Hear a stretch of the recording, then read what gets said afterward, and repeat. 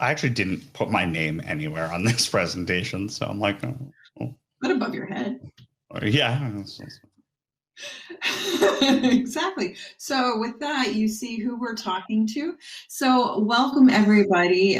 So great to have you here. I'm Liz Lemke, and I am here with one of my dear friends, Mike Batman Cohen. We met each other on a panel, and we decided that we needed to be really good friends. And since that day, we are very happy with our decision.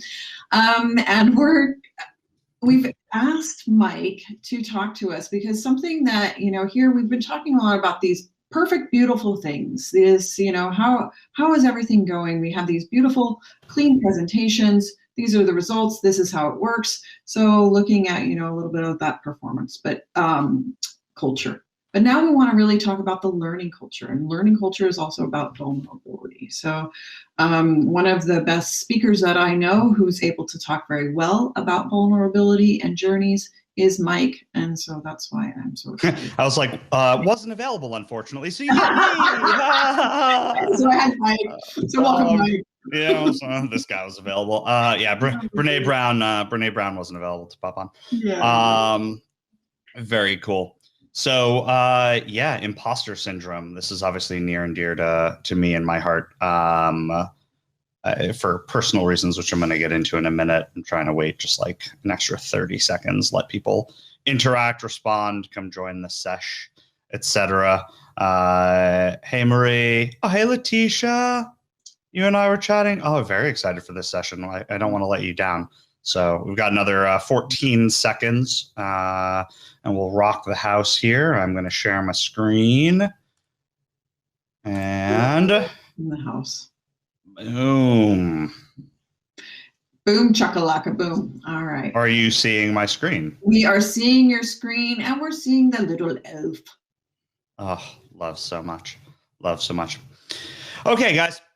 So today we're going to talk about overcoming imposter syndrome. First, I think it's important that you know who I am. I didn't put my name up here because I forget that I have a first name sometimes. It's Mike.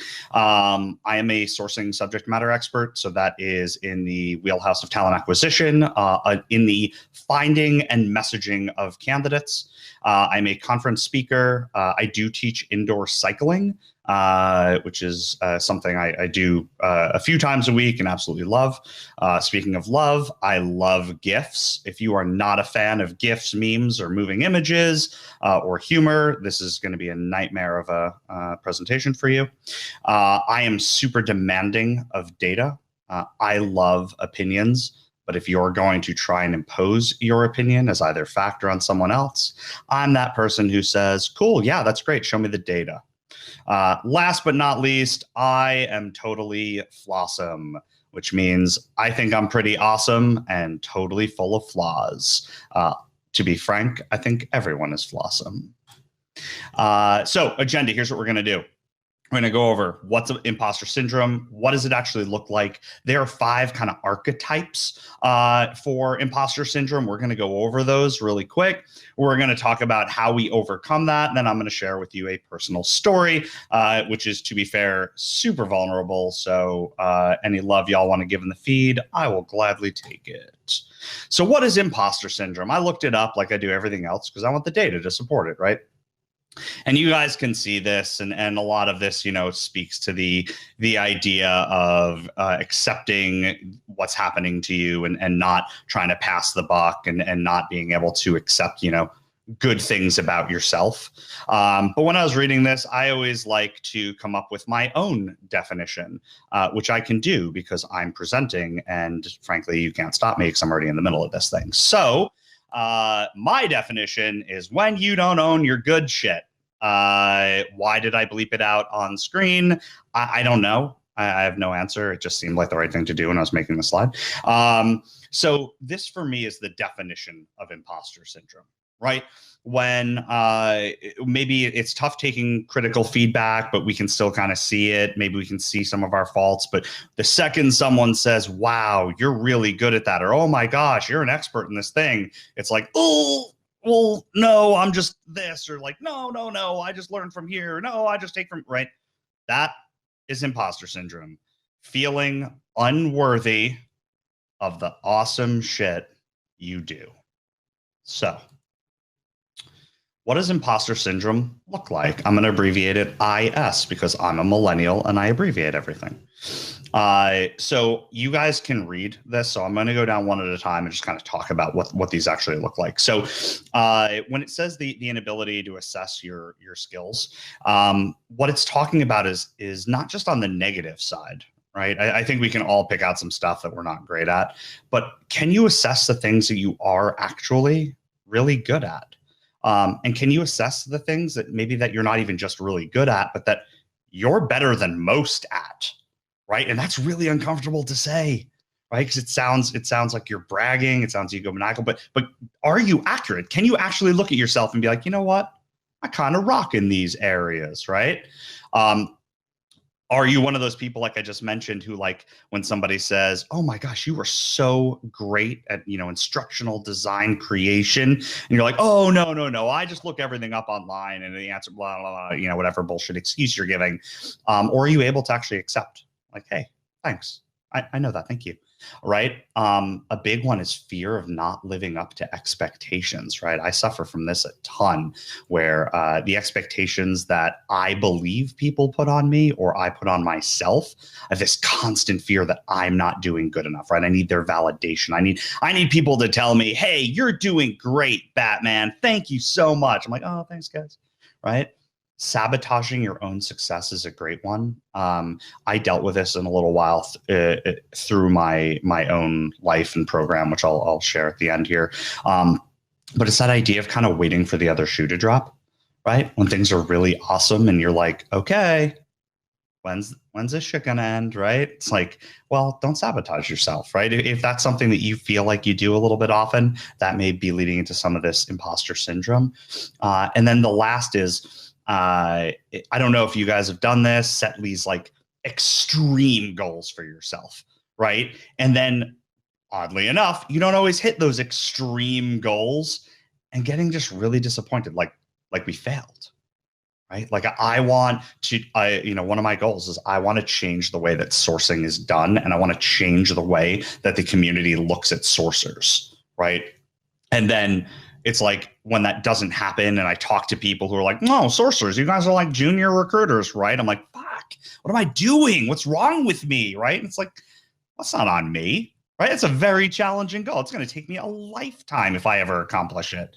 And so it's really important. If any of these are speaking to you, just make a mental note. I'm not saying you have imposter syndrome, right? But maybe make a note, right? Maybe visit that at some point for yourself. Here are the 5 archetypes or categories that are typically referred to within the imposter syndrome world. First are the perfectionists. These are the folks who are never satisfied, right? How do we identify this? Anybody ever tell you you're a micromanager or you're feeling like maybe 99% isn't good enough? You're one of those people who just never content, right? Like you had the most perfect day ever, and you look back and you're like, gosh, that was so awesome. If only this one thing were different, right?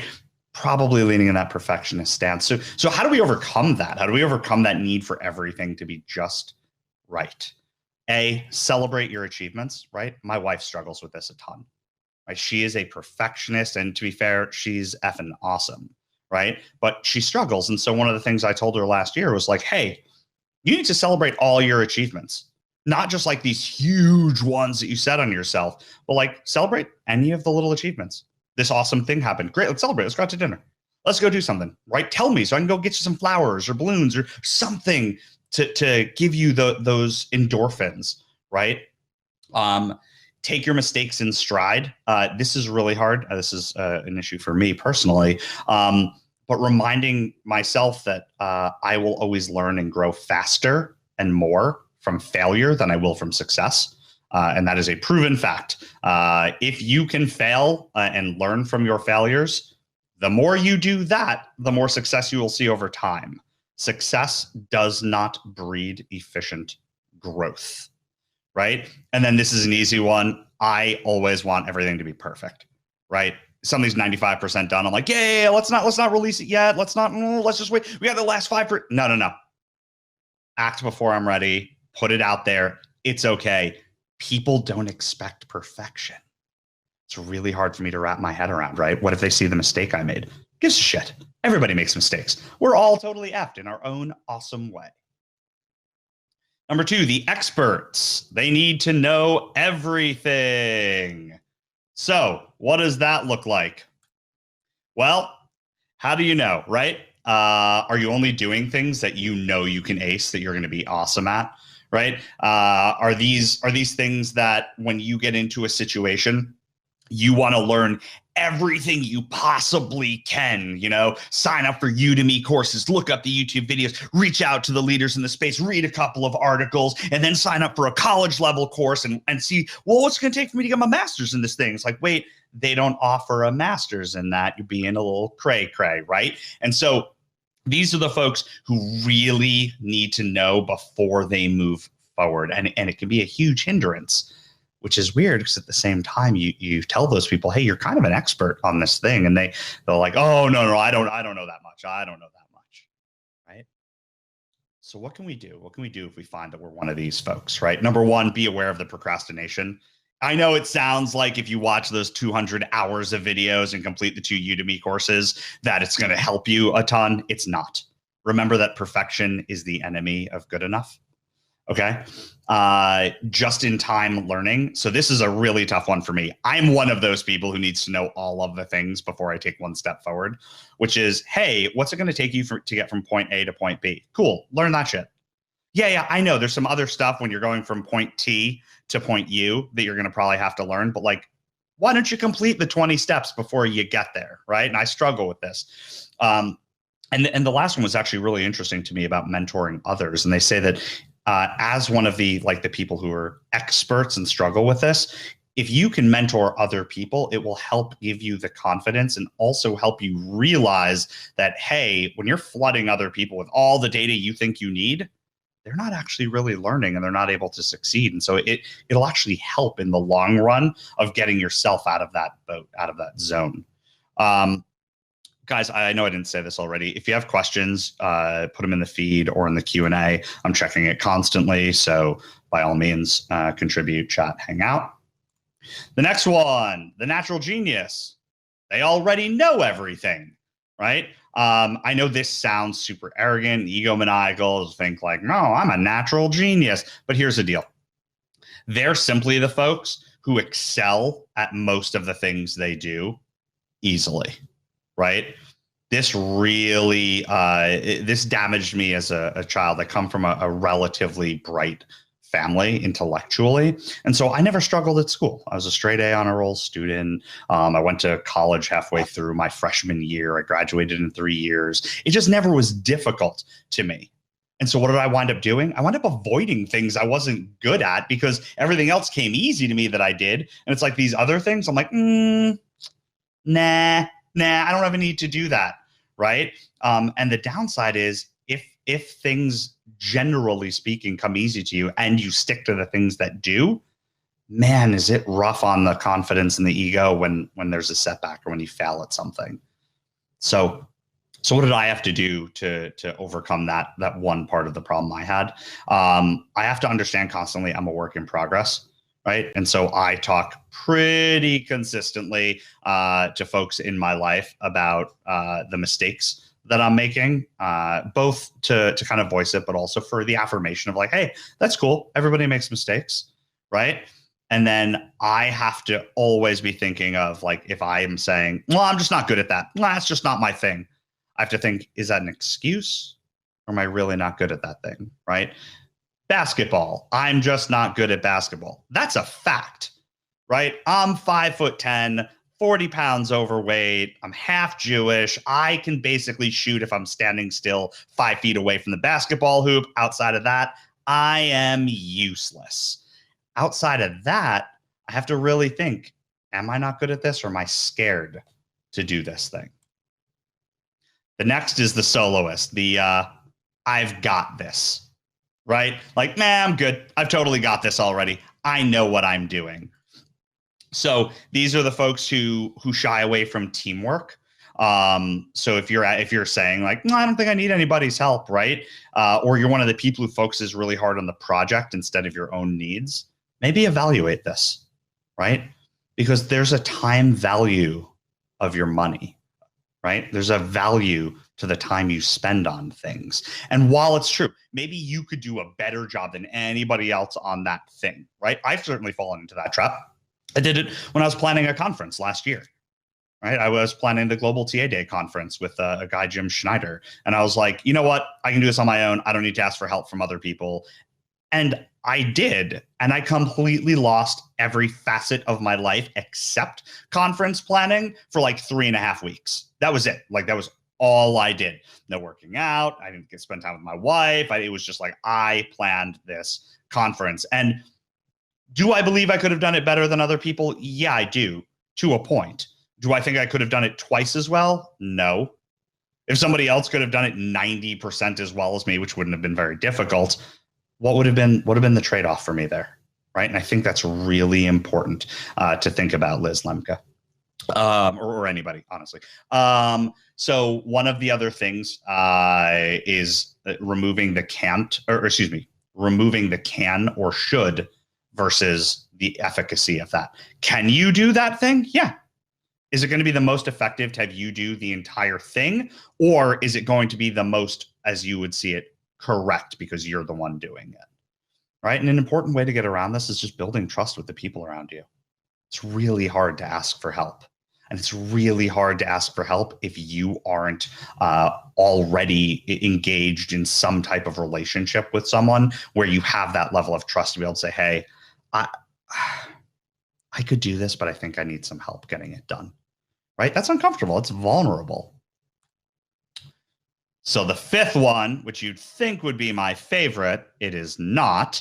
It's a superhero. I will outwork everyone.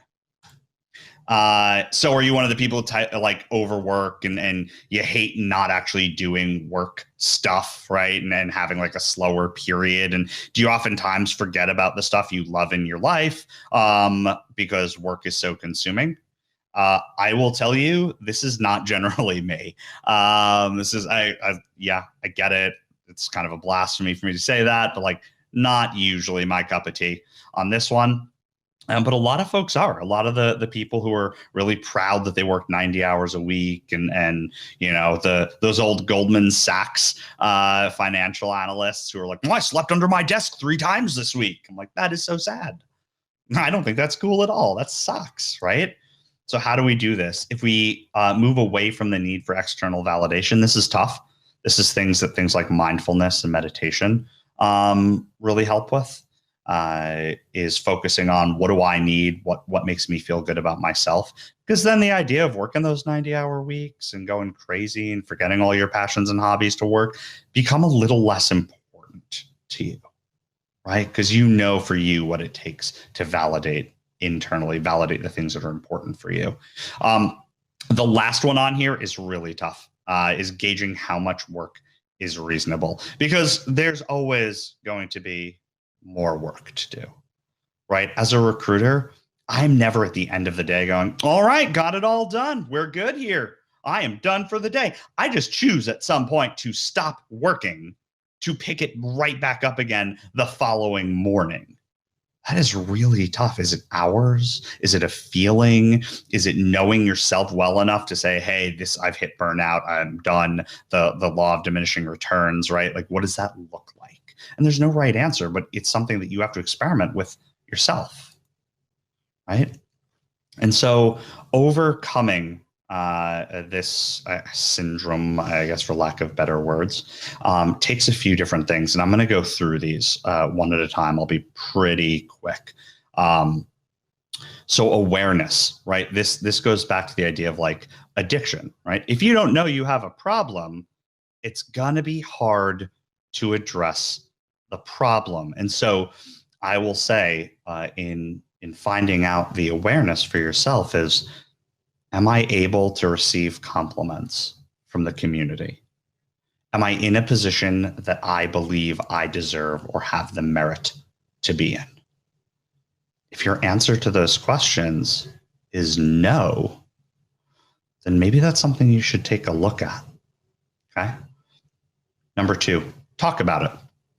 Brene Brown talks about the shame gremlins, right? And a lot of this comes around shame, and what kills the gremlins, right? I don't know if you remember those movies with Gizmo, who is objectively the cutest thing on TV. What kills gremlins? Daylight. Bring light to it. If you talk about it, it will make it easier to deal with. Consider the context of what you're doing. Right. Yeah, water does make them. I'm not saying you should still drink water, just to be clear. I'm not saying don't drink water. I'm saying that sunlight will kill that. So consider the context of what you're looking at. Right. What is the actual scope in the wholeness of the world? Because things oftentimes will feel like the world weighing down on our shoulders, when the truth is it's just a microcosm of a single event. Right. What is the grand scope of this? And then put that into the context of what you're feeling, what you're going through, right? Reframing failure is a big one. If everything is failure and it's awful, it's going to feel awful, and growing is going to be difficult. If failure is simply an opportunity to grow in an area that wouldn't have been afforded to you otherwise, you're going to do awesome.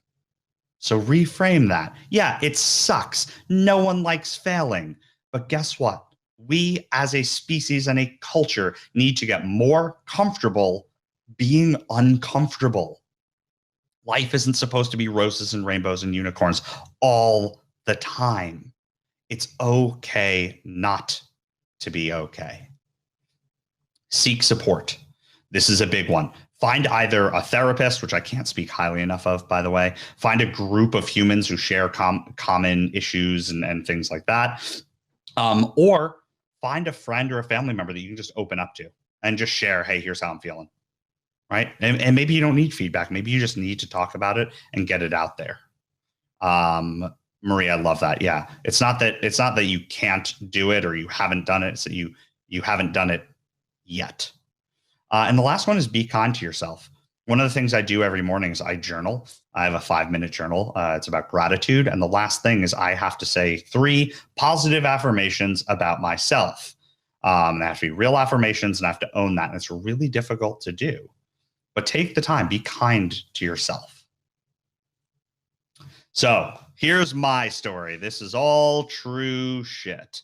So if you've ever seen me present before, you probably know that I have a little sister who used to work at Bed Bath & Beyond. You might know that I have redone my wife's closet, and more than likely know that I struggle with addiction in my personal life. And I've been in a 12-step program for about 4 years now.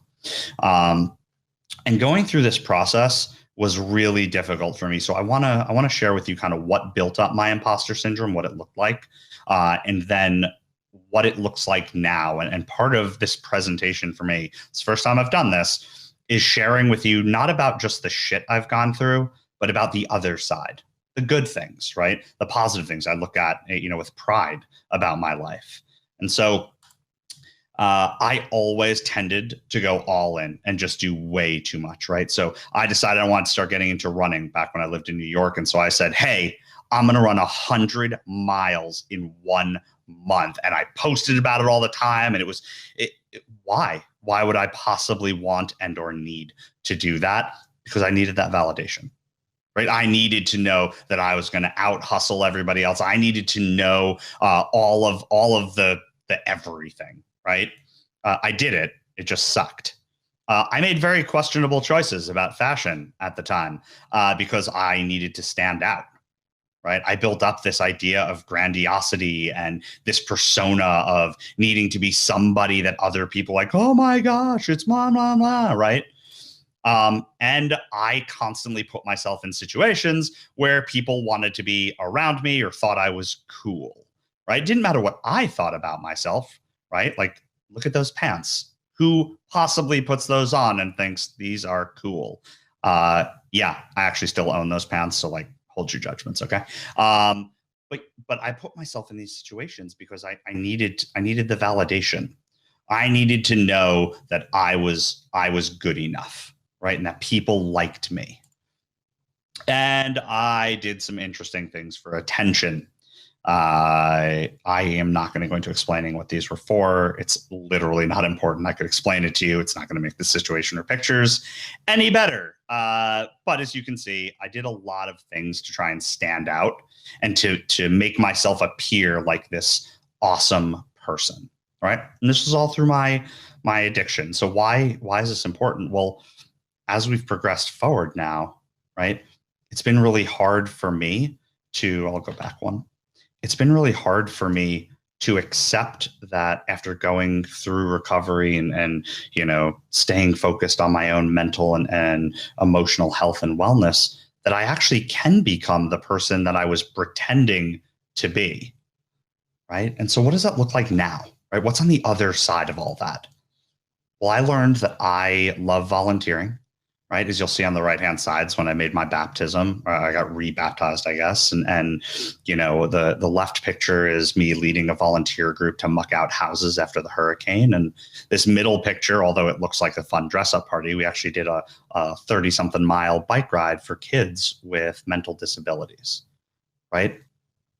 Why is that important? Because I always wanted to be seen as this type of a person, but now I'm actually doing that. And I have to remember by looking at pictures like this of, oh yeah, I'm not acting as if anymore. I'm acting as, right? Physical challenges. I grew up being one of those kids who was really good at math. And those were my physical attributes as a kid, was math, right? And so I always wanted to seem really cool and fit and everything like that. But I never really pushed myself. I never really tried to do anything. And so a few years back, 5 years now, I became a cycling instructor. And it winds up the combination of being the center of attention, listening to electronic music, which I do in my personal time, and telling other people what to do all the time while being funny is kind of like my jam, right? So I was pretty okay at this. And so I became a cycling instructor, right? And I ran the New York Marathon in 2017. I finished a half Ironman in 2018. And so when people used to say, "Oh my God, that's so incredible," I remember struggling and saying like, no, if I could do it, anybody can do it, right? And I had to come in and own the fact that, like, you know what? Thanks. I worked really hard for that. I appreciate you noticing, right? Or just thank you. Because the truth is, I did deserve that. I worked my ass off, as you guys do, for the achievements that you have. Right? Speaking, this is still one that gets me when people are like, "Oh my gosh, I loved your talk." I'm like, "Oh, thanks. I'm just a guy, I'm a nerd who loves data, right? And can make people laugh." But the truth is, I worked my butt off to be a speaker. I've practiced at it. When people now say, "Hey, that was awesome," I have to take a second and go, "Thank you. I appreciate that. Thank you a lot." Right? And then the last is being a husband. I am by no means the world's perfect husband or anywhere on the top 100 list of that. But when people are like, "Oh my gosh, you did that. That's so cute." And I'm like, "What?" Like, "Oh, no, it's not." You know what? I do work. I work hard at our marriage, right? My wife and I are in marriage counseling. We're doing better than we've ever done in our entire lives, but we're putting effort in to keep it that way. And so the reason I'm sharing this is A, because it's really uncomfortable for me, and therefore I know I needed to do it with you guys. B, to share with you what it looks like to just be okay being decent at a thing and getting acknowledged for being decent at that thing. And I think it helps with the vulnerability to understand that you're entitled to the things that you're good at. You're entitled to the things that you put in the effort for. And sometimes it's going to feel really uncomfortable, like maybe the place that they're coming from or that you're coming from is disingenuous or unauthentic. The truth is, you are exactly where you're supposed to be. The person you are is awesome. And yeah, if you're listening to this, you're totally fucked up. And guess what? So is everybody else. We love you anyway. So here's my information. Reach out, ping me. reach out to talk, reach out for recruiting help, reach out to send me funny memes and shit. This is how to get me. Questions, comments, concerns, thoughts, feedback. And we do get you. Oh, thank you. What you just said, it reminds me of the quote that I have above my desk, which says, "Have I gone mad? I'm afraid so. You're entirely bonkers, but I'll tell you a secret. All the best people are." Yes. Is that, I want to say Alice in Wonderland, but you are absolutely correct. Is it? Yeah, that's what I thought. Exactly. Yeah. Mad Hatter. Yeah. That is awesome. Yeah. Guys, any questions? Anything I can answer? Any thoughts? Oh, thanks, Marie. Thank you. Thanks, everybody. I appreciate that. See how I did that just now? When I really wanted to just get off camera and run away. You know, you spend so long wanting to be a thing and wanting to be viewed some way that when you finally are that thing, you always have to wonder, like, am I still acting as if? Yeah. Or is this real? Yeah. Yeah. Yeah. Yeah. I like to know how to start seeing the sunny side of life. Where do you begin to be positive? Gloria, that's a great question. So where do I begin to be positive is internally, right? And that sounds so, everyone, when they used to say that to me, I'm like, oh my God, GFY, right? Stands for go, whatever yourself. So for me, I do that with a gratitude journal, as I mentioned. I also meditate every morning for 10 minutes. And if you're thinking, oh, I can't do that, I have bipolar and ADHD. You can fucking do it. Okay, I do it. You can do it. I promise you. Right. And I meditate on different things. And what I find is this idea of equanimity has really helped me to remain positive. And the idea of equanimity is that all things are okay and all things are temporary. So that really awesome day that you had where everything was just perfect, that's great, but it's going to go away. That really shitty day where it seemed like there was no hope and you didn't know how tomorrow was ever going to come around, yeah, that sucks, but it's going to go away. Yeah. None of those are good or bad. They just are. And if you can understand that and kind of feel and own that, you're able to be more positive, because at the end of the day, the things that stand out to you aren't the situational pieces. They're the larger pieces in life, who you are, what you do, who you're with, what you bring to the table, right? Yeah. I hope that answered your question. Amanda, you are seen. Yeah, Letitia, this is true. I was surprised when Liz brought this up to me as a topic and said that it's something that she deals with also. And I'm like, what? I was like, when I met you, you were literally like running a socio conference, and I was just like trying to be like a helper at, you know, and it was so shocking to hear that somebody like you would struggle ever with the thought of like not being totally awesome. And it is something I think that we all deal with, right? I mean, Liz, if you're open to speaking about it. Hugely. I mean, I talked about it in the beginning of the story of, you know, I left my job of 9 years and I had no idea what my skills were. And so, you know, I was applying for a position for an HR business person, flying to England, and then amidst a storm and hurricane, ask myself, what in the world am I doing? This is not what I'm good at. This is not where I can have an impact, and not even understanding what are my special skills or capabilities. And, you know, it's funny, today I was doing a quote and, you know, looking at a couple of things that I did, and it's weird. You don't necessarily look at the things that you've done. You're always looking at the things that you need to do, have to do, and am I good enough, rather than looking back and say, wow, okay, apparently I've done some stuff. Yeah. It's that phrase of like, it's not a destination, it's a journey, which also makes me cringe. But the truth is, like, and this sounds so shitty, so guys, accept this with a grain of salt, you're never going to get there. It doesn't matter where there is. And do you want to know why you're never going to get there? Because the second you get there, it becomes here, and there is no longer where you are. And that's a little bit of a play on words, but it's also true. And if you can accept that you're never going to get there, you're never going to. It's never going to happen, right? Like I would love to believe that at some point in my life, I'm going to be completely rid of this addiction, not going to have to see a therapist anymore. My wife and I are going to be perfect. And it's never going to happen. It's never going to happen. And I just go, okay. Okay. And also being able to see, okay, taking that time, like you said, with meditation, for me, it's just like, it's centering and saying, okay, what are those great things in my life? And, just appreciating, the friends, the family, the health, the pizza, the tacos. Oh, tacos.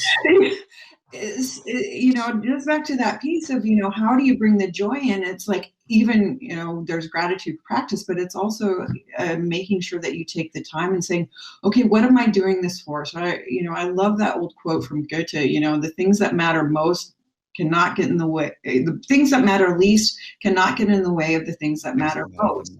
And in reminding yourself, like, is this keeping me busy, or is this actually really important for what I'm trying to do? And if you're ignoring your relationships for these things, how are you checking in? So, I've been busy doing this conference, but, for me, it's that piece of labor of love of, it's like, it's insane that I get to do this conference. It's insane. So it's taking that time of acknowledgement and appreciation of where you are on your journey, rather than just keeping running about all those heavy things you feel like you should be doing, and understanding that you're doing some pretty amazing things. I love that. I love that. Gloria, I thought about your question some more. How do I get into a positive mood? I try and wake up in a positive mood. Tea helps with that. I have 2 pretty cute puppies with help with that. Meditation and gratitude journal. But here's the thing: you're going to run into shit. Like, it happens to all of us. My sponsor taught me a really cool lesson, which I thought was total BS until I did it. When I find that I'm angry at someone or something caused by a person, I then do something nice for that person. So like when I'm annoyed with my wife, which, happens, right? I'm married. We live in the same house. It's going to happen, right? I, instead of like just being pissy about it, I literally go to the store and get her flowers. And it's like, well, why? I'm like, because it makes me feel better about the situation. It just does. Right? Because you're going to go and do this nice thing for another person. I got in my very first fender bender in my entire life last August. I was devastated. I was in a parking lot at a supermarket, backing up, and a more seasoned in life woman also was backing up, and somehow our car sensors, our reverse sensors, didn't talk to each other or didn't beep or anything, and we like hit each other like 5 miles an hour. Right? I'm super annoyed. I'm in a rush. I had meetings that morning. I'd just gotten out of the gym. Poor lady, she just got her Lexus the day before. Ouch. So it was a new car for her, right? And she was distraught. And like, I was obviously super annoyed, but like I saw her upset and this and that. So like wound up getting it all settled and left to go home. I'm super annoyed by this. We were just leaving the following day to go to Florida for a month. So like my brain was in a bad place. I was just like, And so what did I do when I got home? I bought an edible arrangement. And because I took a picture of her license, I had her address, and I sent her an edible arrangement and said, I'm so sorry that was a shitty start to your day. Hopefully this helps. Right. And wouldn't you know, she texted me and was so grateful for that and that sign. And I felt better about it. It didn't solve the problem. The problem's the problem. It's going to be there when you're done with your emotions. But man, I felt better about it. Yeah. Fostering human connection. We're all flawed, but we're all pretty awesome. Thank you, everyone. Thank you, Mike. Love you so much. Thanks, everyone, for the comments. And this is it. We're growing. And as we continue to grow, that's our journey. So thanks for coming along with us. And we'll be going on to the next thing. So thanks, everyone. See you soon. Bye, everyone. Bye.